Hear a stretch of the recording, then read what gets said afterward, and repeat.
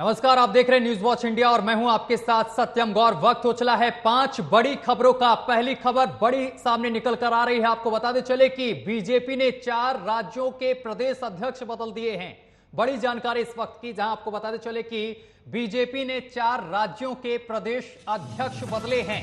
आंध्र प्रदेश में पी पुरंदेश्वरी को बनाया गया है प्रदेश अध्यक्ष। झारखंड में पूर्व सीएम बाबूलाल को बनाया गया है प्रदेश अध्यक्ष। तो बड़ी यहां पर फेरबदल हुआ है। पंजाब में सुनील जाखड़ को बनाया गया है प्रदेश अध्यक्ष। लोकसभा चुनाव से पहले ये बड़ा फेरबदल किया गया है। बीजेपी ने प्रदेश अध्यक्ष बदले हैं।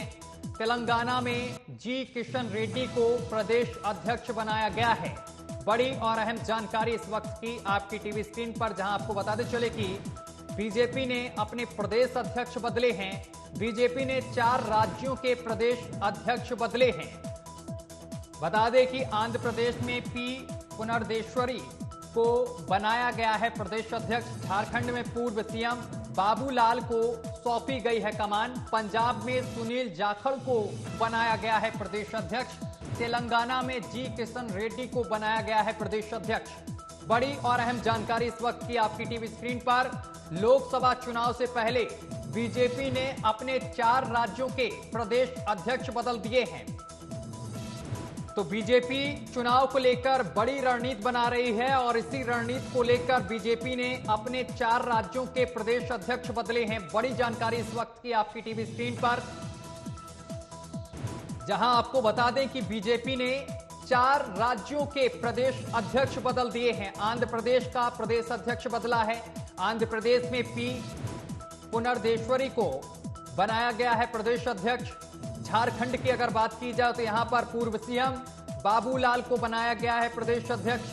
पंजाब में सुनील जाखड़ को बनाया गया है प्रदेश अध्यक्ष। तेलंगाना में जी किशन रेड्डी को बनाया गया है प्रदेश अध्यक्ष। बड़ी और अहम जानकारी इस वक्त की आप तक पहुंचा रहे हैं, जहां आपको बताते चले कि 4 राज्यों के प्रदेश अध्यक्ष बदल दिए गए हैं। बड़ी जानकारी इस वक्त की आपकी टीवी स्क्रीन पर। बीजेपी ने लोकसभा चुनाव से पहले 4 राज्यों के प्रदेश अध्यक्ष बदले हैं। बड़ी रणनीति के साथ बीजेपी इस बार मैदान में आने वाली है। और इस खबर पर सुरेंद्र हमारे साथ जुड़ गए हैं, बीजेपी प्रवक्ता हैं। सर, आपका बहुत बहुत स्वागत है न्यूज वॉच इंडिया पर। धन्यवाद। सुरेंद्र जी, लोकसभा चुनाव से पहले 4 राज्यों के प्रदेश अध्यक्ष बदले गए हैं। कितना कारगर ये साबित होगा बीजेपी के लिए? सत्यम जी, देखिए, भारतीय जनता पार्टी का हमेशा से रहा है संगठन को मजबूत करना जी। संगठन अगर मजबूत हुई और हमारा बूथ मजबूत हुआ तो हम वो हर एक चुनाव जीत सकते हैं। तो हमारी पार्टी का एक प्रक्रिया है कि हमेशा जो है समय समय पे जो है पार्टी का जो अधिकारी हैं उनको चेंज करते रहते हैं। ये कोई देखिए परिवारवाद वाला पार्टी नहीं है। ये पार्टी सबका साथ, सबका विकास, सबका प्रयास और सबके सहयोग के साथ जो है पार्टी, जो हमारी पार्टी जो है, जो हमारा नारा है, उस हिसाब से हम चलने वाली हमारी सिद्धांत है। हमारे पार्टी का जो संविधान कहिए या सिद्धांत कहिए, वो सबके साथ को लेके चलने वाला है। ये परिवारवाद के तरह नहीं है कि अगर बाप राष्ट्रीय अध्यक्ष है तो उनका पोता और उनका बेटा ही जो है प्रदेश अध्यक्ष होगा। हमारे यहाँ सबका साथ लेके चलने वाला है। तो हमारे यहाँ ये कोई गरीब अमीर कोई नहीं है। जो संगठन के लिए अच्छा काम करेगा उसको पार्टी मौका देती है। और जहां तक रहा 2024 की बात, तो 2024 का जो है नतीजा जो है आपको अभी से ही मालूम हो जाएगा। क्योंकि देखिए, कुछ दिन पहले अभी प्रधानमंत्री मोदी जी ने मध्य प्रदेश से जो है जिस प्रकार से बूथ अध्यक्षों के साथ बैठक किया कि बूथ हम जीते, चुनाव जीते, तो हमारी संगठन को लेके बहुत सीरियस रहती है हमारी पार्टी। सत्यम जी। सुनील जी, और क्या किस तरीके से रणनीति बनाई जा रही है? क्योंकि अभी तो प्रदेश अध्यक्ष बदले हैं, आगे भी क्या कोई परिवर्तन बड़ा होने वाला है? देखिए, समय समय से मैंने कहा ना कि पार्टी जो है अपना फैसला लेती है कि संगठन जो है किस प्रकार से मजबूत हो, और संगठन को जो है देखते हुए जो है पार्टी जो है ये डिसाइड करती है कि कहाँ पर किसको लगाना है, किसको कहाँ पे किसकी जरूरत है, उस हिसाब से। क्योंकि देखिए, लोकसभा चुनाव बड़ा चुनाव होता है जी। और इस देश के लिए जो है देश विकास कैसे करे, देश का नाम पूरे दुनिया में कैसे हो, उस हिसाब से पार्टी देखती है। पहले देश, उसके बाद जो है पद, उसके बाद जो है प्रधानमंत्री। तो हमारा सुनील जी, जो नीति है, ये जो 4 राज्यों में नए अध्यक्ष बनाए गए हैं, नए चेहरे लाए गए हैं, इनका मुख्य वजह क्या मानी जाए बदलने की? 2024 लोकसभा चुनाव को देखते हुए ये बड़ी फेरबदल किया गया है, पार्टी ने नहीं किया है? ऐसा नहीं है। आप देखिए, हमारे पार्टी के अंदर जो है 3 साल की प्रक्रिया होती है जी। हर एक 3 साल पे जो है आपको मौका दिया जाएगा। हर एक 3 साल पे जो है हर एक व्यक्ति को जो है नए अध्यक्ष को लाने की प्रक्रिया है। ये परंपरा आज से नहीं है, ये पुरानी परंपरा है हमारी पार्टी का। तो उसके तहत जो है संगठन में जो है चेंजिंग लाने का प्रक्रिया है। तो इसमें यह है कि अगर बदलाव लाया गया है तो पार्टी को देखते हुए ही लाया गया है। चलिए सुरेंद्र जी, बहुत बहुत शुक्रिया आपका हमारे साथ जुड़ने के लिए, तमाम बातचीत करने के लिए। तो बता दें कि बीजेपी ने बड़ा निर्णय लिया है और बड़ा फेरबदल किए हैं। 4 राज्यों के प्रदेश अध्यक्ष बदल दिए गए हैं। अगली बड़ी खबर महाराष्ट्र से सामने निकल कर आ रही है। महाराष्ट्र में मंत्रालय को लेकर खींचतान तेज हो गई है। बड़ी जानकारी इस वक्त की। अजीत पवार खेमे का वित्त मंत्रालय पर दावा है, ये सूत्र बता रहे हैं। सिंचाई योजना सहकारिता भी चाहता है अजीत खेमा। बड़ी जानकारी इस वक्त की आपकी टीवी स्क्रीन पर। शिंदे खेमा वित्त मंत्रालय देने को तैयार नहीं है, ये सूत्रों के हवाले से जानकारी सामने निकल कर आ रही है। जो शिंदे खेमा है वो वित्त मंत्रालय देने के लिए तैयार नहीं है, सूत्रों के हवाले से जानकारी है। उद्धव सरकार में एनसीपी के पास था मंत्रालय। बड़ी जानकारी इस वक्त की आपकी टीवी स्क्रीन पर। बता दें कि महाराष्ट्र में भूचाल आया। एनसीपी के अजीत पवार शिंदे सरकार में शामिल हो गए और डिप्टी सीएम बन गए, लेकिन अब मंत्रालय को लेकर खींचतान जो है वो तेज हो गई है। शिंदे गुट और इसके साथ ही एनसीपी से जो टूटे अजीत पवार का खेमा है, इनमें मंत्रालय को लेकर जो खींचतान है वो तेज हो गई है। अजीत पवार खेमे का वित्त मंत्रालय पर दावा है, ये सूत्र बता रहे हैं। मुकलेश शेख हमारे साथ जुड़ गए हैं, नेता एनसीपी हैं। सर, आपका बहुत बहुत स्वागत है न्यूज वॉच इंडिया पर। मुकलेश जी, आवाज पहुंच रही है आप तक? जी जी बिल्कुल पहुंच रही है। मुकलेश जी, महाराष्ट्र में भूचाल आया, लेकिन अब जो चीजें सामने निकल कर आ रही हैं वो ये हैं कि अजीत पवार का जो खेमा है वो वित्त मंत्रालय का दावा कर रहा है। सूत्रों के हवाले से जानकारी है, खींचतान मची हुई है। देखिए, वित्त मंत्रालय का दावा करे या सीएम के दावा करे, अजीत पवार का विषय है जी। अजीत पवार साहब को जो लालच देने का काम किया है भाजपा के लोगों ने, देवेंद्र जी और अमित शाह और मोदी जी ने, तो अभी उनको घर जमाई बना लिया। अब उससे तकलीफ तो शिंदे साहब को होगा। जितना कद बड़ा करेगा अजीत पवार का, उतना मतलब शिंदे साहब के लोग नाराज होते जा रहे हैं। उनके घर में आग लगी है और हमारे राष्ट्रवादी पार्टी से उनकी हकालपट्टी सबकी कर चुका है हमारे माननीय शरद पवार साहब। जो शरद पवार हमारे लीडर है एनसीपी के, हम उन्हीं के कार्यकर्ता, उन्हीं को मानते हैं जी। मुकलेश जी, अब एनसीपी आगे क्या करेगी, आगे की रणनीति क्या है? क्योंकि तमाम विधायकों को लेकर अजीत पवार शिंदे गुट में शामिल हो गए हैं। नहीं, तमाम विधायक को नहीं लेके गए हैं अभी, तो फिलहाल तो 40 विधायकों का दावा कर रहे हैं वो, शपथ लिया है जी। और आगे बाकी है, सभी लोग हमारे संपर्क में है। हमारे पवार साहब, सुप्रिया ताई, जयंत पाटिल साहब के संपर्क में सभी लोग हैं। और कुछ लोगों ने ये कहा है कि हमने धोखे से सिग्नेचर लेके गया है, लेकिन अभी पिक्चर बाकी है। कल 5 तारीख को वही चौहान पे हमारे पवार साहब ने मीटिंग रखा है, अजीत पवार ने भी बांद्रा में रखा है, उसमें पिक्चर क्लियर हो जाएगा कौन किसके साथ है। मुकलेश जी, शरद पवार को चाणक्य कहते हैं और उन्होंने अल्टीमेटम बागी विधायकों को दिया है कि 5 तारीख तक आप लोग वापस आ जाइए। क्या 5 तारीख के बाद कोई बड़ा खेला होने वाला है महाराष्ट्र में एक बार फिर से? देखिए, 5 तारीख को जो आने वाले हैं वो आएंगे, नहीं आने वाले हैं उनका जाने वाले का जाने दीजिए और आने वाले का वेलकम है। और एनसीपी पार्टी, कोई जाने और आने से कोई फर्क नहीं गिरेगा। एनसीपी पार्टी में शरद पवार साहब, उनकी उम्र जो है 84 होने के बाद भी आज लोगों के बीच में काम कर रहे हैं। उनके साथ जमीनी स्तर से कार्यकर्ता जुड़ा है। किसानों के मुद्दा और जो महंगाई के मुद्दा, देश के हित के लिए शरद पवार साहब की पूरी टीम और शरद पवार काम कर रहे हैं। अजीत पवार साहब को मलाई लेना था, बचना था ईडी से, सीबीआई से बचना था, दिलीप बोरसे पाटिल साहब को भी बचना था, हमारे प्रफुल्ल पटेल साहब भी चले गए और हाशिम मुस्लिम साहब के ऊपर तो अभी रेड हुआ ईडी का। किरीट सोमैया जी तरह तरह से जो इनके ऊपर आरोप लगाते थे और देवेंद्र जी कहते थे कि मैं एनसीपी के साथ कभी जीवन में नहीं सरकार में रहूंगा या जाऊंगा और मैं कवारा रहना पसंद करूंगा। और डिप्टी सीएम 9 आमदार लेके शपथ लेके उन्होंने क्या बना दिया, मजबूरी क्या है देवेंद्र जी बता सकते हैं कि कौन सी मजबूरी है कि सरकार में उनको डिप्टी सीएम बना दिया। ठीक है, चलिए 40 आमदार की दावा है, झूठी दावा है, बिल्कुल नहीं है, 40 आमदार उनके साथ नहीं है। ठीक है मुकलेश जी, बहुत बहुत शुक्रिया आपका हमारे साथ जुड़ने के लिए, तमाम बातचीत करने के लिए।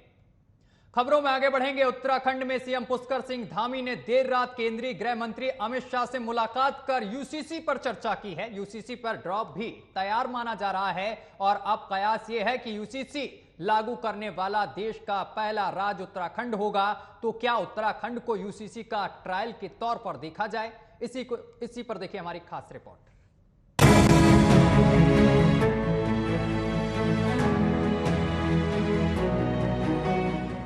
यूसीसी कानून को लेकर उत्तराखंड के सीएम पुष्कर सिंह धामी ने मुलाकात की केंद्रीय गृह मंत्री अमित शाह से, वो भी उनके आवास पर, जहां पर ड्राफ्ट तैयार किए जा चुके हैं। जिसके बाद दोनों के बीच यूसीसी कानून को लेकर अहम बातचीत हुई और इस बातचीत में इन दोनों के अलावा यूसीसी ड्राफ्टिंग कमेटी की अध्यक्ष जस्टिस रंजन देसाई भी मौजूद थी। अब तक इस बैठक को लेकर कोई बयान सामने नहीं आया है। वैसे आपको याद हो तो मुख्यमंत्री पुष्कर सिंह धामी ने राज्य के विधानसभा चुनाव के दौरान ये बात कही थी कि उत्तराखंड में इस कानून को वो लागू करेंगे, जिसके बाद एक कमेटी बनी थी और लोगों से सुझाव भी मांगे गए थे। ये राय सिर्फ आम लोगों से ही नहीं लिए गए बल्कि सरकारी और गैर सरकारी संगठनों से भी मांगे गए थे। यहाँ तक कि एक ऑनलाइन पोर्टल क्रिएट किया गया था जिसमें लोगों के ओपिनियन मांगे गए थे, जिसके बाद कमेटी को 20 लाख ओपिनियन आए थे। जहां इस कानून को सबके भले के लिए पुष्कर सिंह धामी मान रहे थे, तो वहीं पूर्व सीएम हरीश रावत ने इसको लेकर धामी की आलोचना की। पूर्व सीएम रावत का कहना था कि इसको नैतिकता के आधार पर लाना चाहिए और इस पर अभी बड़े पैमाने पर चिंतन होना चाहिए। उनका कहना था कि सभी धर्मों की अपनी अलग दिक्कतें हैं, जमीन की अलग, परिवार की अलग। कई मंदिरों में दलित महिलाओं को जाना वर्जित है। इस कानून के जरिए इन सब पर विचार होना चाहिए। साथ ही हरीश रावत ने बीजेपी पर भी निशाना साधते हुए कहा था कि बीजेपी सिर्फ मुस्लिम एजेंडे पर यूसीसी लाना चाहते हैं। वैसे आपको बता दें कि इस कानून का एक ही लक्ष्य है, एक देश एक कानून। अभी शादी, तलाक, बेबी एडॉप्शन, संपत्तियों से जुड़े सभी के लिए धर्मों में अलग अलग कानून है। वैसे अगर यह कानून लागू होगा तो कोई भी किसी भी धर्म जाति का हो, कानून एक ही होगा। चलिए खबरों में आगे बढ़ेंगे। महाराष्ट्र से एक बेहद दुखद खबर सामने निकल कर आ रही है। महाराष्ट्र के धुले जिले में भीषण सड़क हादसे में कम से कम 10 लोगों के मारे जाने की खबर सामने निकल कर आ रही है। यह हादसा मुंबई आगरा हाईवे पर हुआ है। बताया जा रहा है कि ब्रेक फेल होने के कारण एक कैंटर ने बस स्टैंड के बाहर खड़ी 3 गाड़ियों में जोरदार टक्कर मार दी। इस हादसे में कम से कम 10 लोगों के मारे जाने की खबर है, जबकि 20 से अधिक लोग गंभीर रूप से घायल हैं। जिसके बाद सूचना पर पहुंची पुलिस ने सभी घायलों को अस्पताल में भर्ती कराया है। बड़ा हादसा हुआ है। तमाम तस्वीरें हम आपको दिखा रहे हैं, देख सकते हैं किस तरीके से हादसा हुआ।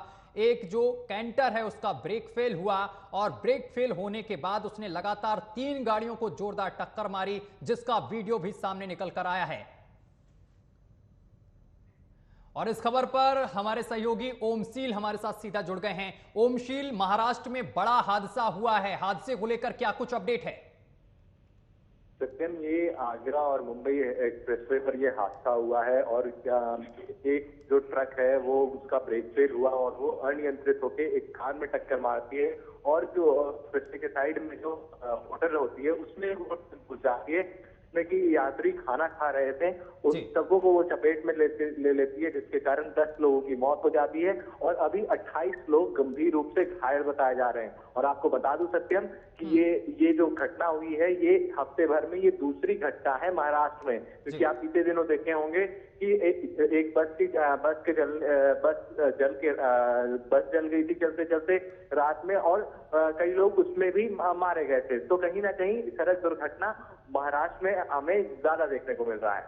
चलिए ओमशील, बहुत बहुत शुक्रिया आपका तमाम जानकारी साझा करने के लिए। खबरों में आगे बढ़ेंगे। अमेरिका में एक बार फिर से इंडियन कॉन्सुलेट पर खालिस्तानियों ने हमला किया है और यह पहली बार नहीं है जब ऐसा कुछ पहली बार हुआ हो। इससे पहले भी तमाम घटनाएं सामने निकल कर आई हैं। इससे पहले भी ऐसा हो चुका है।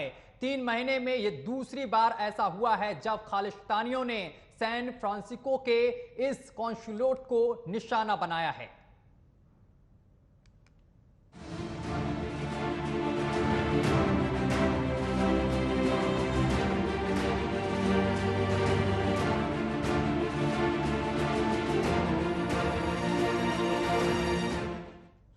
जुलाई की रात करीब 1:30 बजे से 2:30 बजे के बीच कुछ खालिस्तानियों ने अमेरिका के सैन फ्रांसिस्को के वाणिज्य दूतावास में आग लगा दी और ये पहली बार नहीं है जब कुछ ऐसा हुआ हो। 3 महीनों में ये दूसरी बार है जब खालिस्तानियों ने सैन फ्रांसिस्को के इस कॉन्सुलेट पर निशाना बनाया है। इससे पहले जो हमले हुए थे उसकी जांच नेशनल इन्वेस्टिगेशन एजेंसी कर रही है और अभी जो हमले हुए इसमें भी यही संभावना जताई जा रही है कि ये भी उन्हीं लोगों का काम है। फिलहाल इस हमले के बाद सैन फ्रांसिस्को, कनाडा और यूके के कई देशों में रहने वाले भारतीय संस्थानों को इनसे संभल कर रहने की बात कही गई है। वैसे आपको बता दें, खालिस्तानी कट्टरपंथी सोशल मीडिया पर अमेरिका में भारत के राजदूत तरनजीत सिंह संधू और महावाणिज्य दूत डॉक्टर टीवी नागेंद्र प्रसाद को निशाना बना रहे हैं और खालिस्तानी आतंकी हरदीप सिंह निर्जर की हत्या का आरोप लगा रहे हैं, जिसके पोस्टर्स सोशल मीडिया पर वायरल भी कर रहे हैं। इससे पहले जब 20 मार्च को पाकिस्तानियों ने इंडियन कॉन्सुलेट पर हमला किया था, तब हमलावरों ने दूतावास दीवार पर स्प्रे से लिखा था फ्री अमृतपाल और अब फिर से वही हरकतें। इस पर हर कोई निंदा कर रहा है। तो वहीं अमेरिका के विदेश विभाग के प्रवक्ता का कहना है कि अमेरिका भारतीय वाणिज्य दूतावास पर हुए हमले की कड़ी निंदा करता है और दूतावास में काम करने वाले कर्मचारियों और राजनयिकों को भरोसा दिलाता है कि अमेरिका सबकी सुरक्षा के प्रति सचेत है। चलिए खबरों में आगे बढ़ेंगे, बात करेंगे उत्तराखंड की। उत्तराखंड में कॉमन सिविल कोड का ड्रॉप बनाने वाली कमेटी का काम पूरा हो गया है। बीजेपी ने 12 फरवरी 2022 को विधानसभा चुनाव प्रचार के आखिरी दिन दोबारा सत्ता में आने पर कॉमन सिविल कोड लागू करने का वादा किया था। विधानसभा चुनाव में उत्तराखंड की जनता ने बीजेपी को लगातार दूसरी बार सरकार बनाने का अवसर दिया। मुख्यमंत्री पुष्कर सिंह धामी का यूसीसी पर कहना है कि जनता से किए गए वादे को निभाया जा रहा है। कॉमन सिविल कोड का मसौदा बनाने के बाद मुख्यमंत्री पुष्कर सिंह धामी पहली बार दिल्ली दौरे पर आए हैं और उन्होंने प्रधानमंत्री नरेंद्र मोदी से मुलाकात की है। मुलाकात के दौरान यूनिफॉर्म सिविल कोड समेत मुख्यमंत्री पुष्कर सिंह धामी की कई मुद्दों पर चर्चा हुई है। प्रधानमंत्री के साथ मुलाकात में कांवड़ यात्रा भी चर्चा का मुद्दा बना है।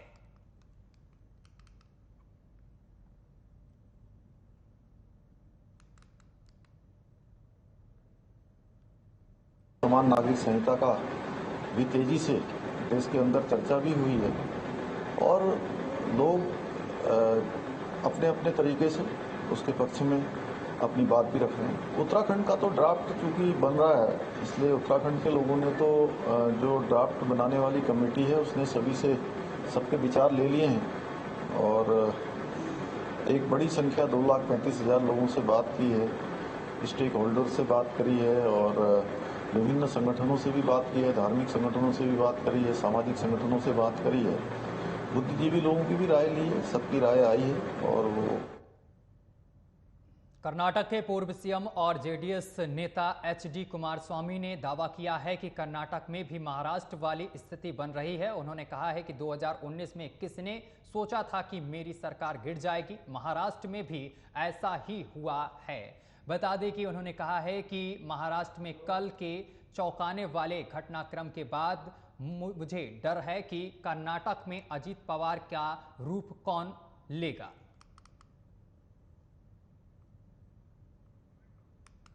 तो बता दें कि उन्होंने कहा है कि कर्नाटक में भी कुछ ऐसा ही होने वाला है। कर्नाटक में कांग्रेस की सरकार बनने के बाद सीएम पद के लिए सिद्धारमैया के अलावा डीके शिवकुमार का भी नाम चल रहा था। डीके शिवकुमार किसी भी फार्मूले के तहत कर्नाटक का सीएम बनना चाहते थे, लेकिन कांग्रेस आलाकमान के सामने उनकी कोई भी कोशिश काम नहीं कर पाई थी। बाद में वह डिप्टी सीएम बनने को तैयार हो गए थे। तो ये बड़ा दावा किया गया है कुमारस्वामी की तरफ से कि कर्नाटक में भी सरकार गिर सकती है, लेकिन उन्होंने ये साफ नहीं किया है कि कर्नाटक में अजीत पवार का चेहरा कौन होगा।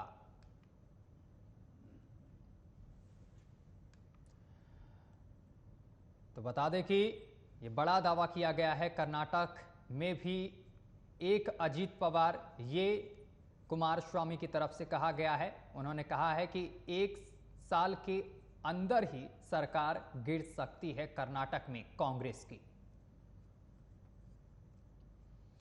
तो बड़ा दावा किया गया है कुमारस्वामी की तरफ से। उन्होंने कहा है कि 1 साल के भीतर कर्नाटक में कांग्रेस की सरकार गिर सकती है। अब ये देखने वाली बात होगी कि कर्नाटक में अजीत पवार का रूप कौन लेता है।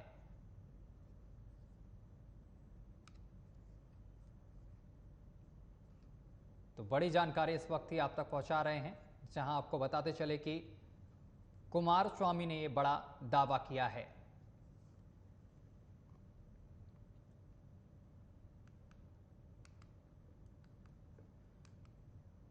तो कुमारस्वामी ने यह बड़ा दावा किया है। उन्होंने कहा है कि जिस तरीके से महाराष्ट्र में खेल हुआ, उसी तरीके से अब कर्नाटक में भी खेल होने जा रहा है।